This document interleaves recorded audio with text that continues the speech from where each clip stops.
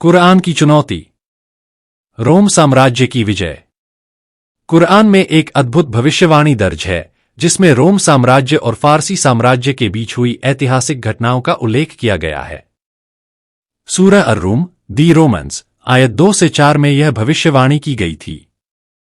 रोमी पराजित हो गए हैं निकट के क्षेत्र में, परंतु अपनी इस पराजय के बाद शीघ्र ही वे विजयी होंगे। कुछ वर्षों के भीतर हुकूमत पहले भी अल्लाह की थी और बाद में भी उसी की रहेगी, और उस दिन ईमान वाले आनंदित होंगे। कुरान 30:2-4। ऐतिहासिक परिप्रेक्ष्य।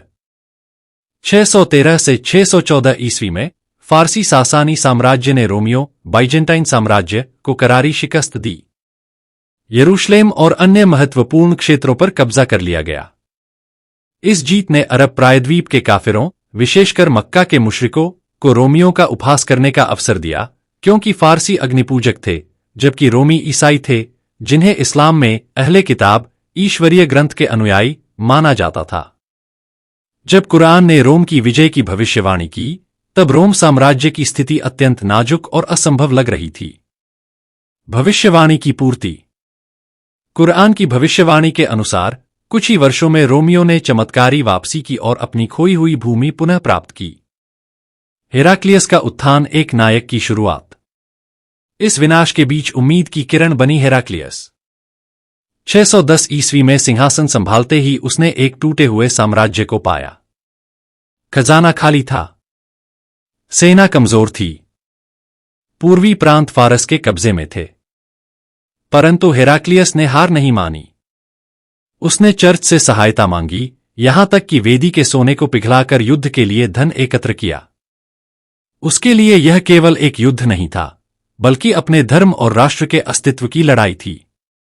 युद्ध का रुख बदलना। 622 ईस्वी, यह वही वर्ष था जब हजरत मोहम्मद सल्लल्लाहु ने हिजरत की। उसी वर्ष हेराक्लियस ने जवाबी हमला शुरू किया।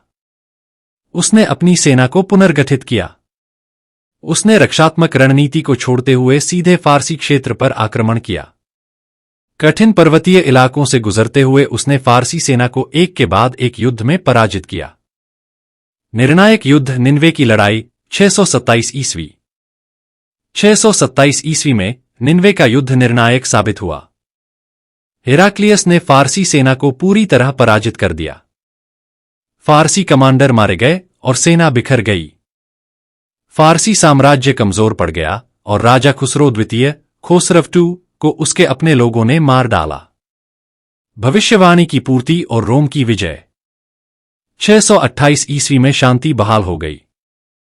रोमियों ने यरूशलेम में पुनः विजय प्राप्त की। पवित्र क्रॉस, ईसाइयों का पवित्र प्रतीक, को वापस लाया गया। रोम साम्राज्य, जो कभी पतन के कगार पर था, फिर से शक्तिशाली बन गया। यह विजय कुरान की भविष्यवाणी की पूर्णता थी, जिसने न केवल मुसलमानों बल्कि संदेह करने वालों को भी चौंका दिया। कुछ ही वर्षों में रोम फिर से उठ खड़ा हुआ, जैसा कि कुरान ने कहा था। हेराक्लियस एक किंवदंती बन गया, एक नायक जिसने असंभव को संभव कर दिखाया और अपने साम्राज्य की खोई हुई शान को पुनः प्राप्त किया।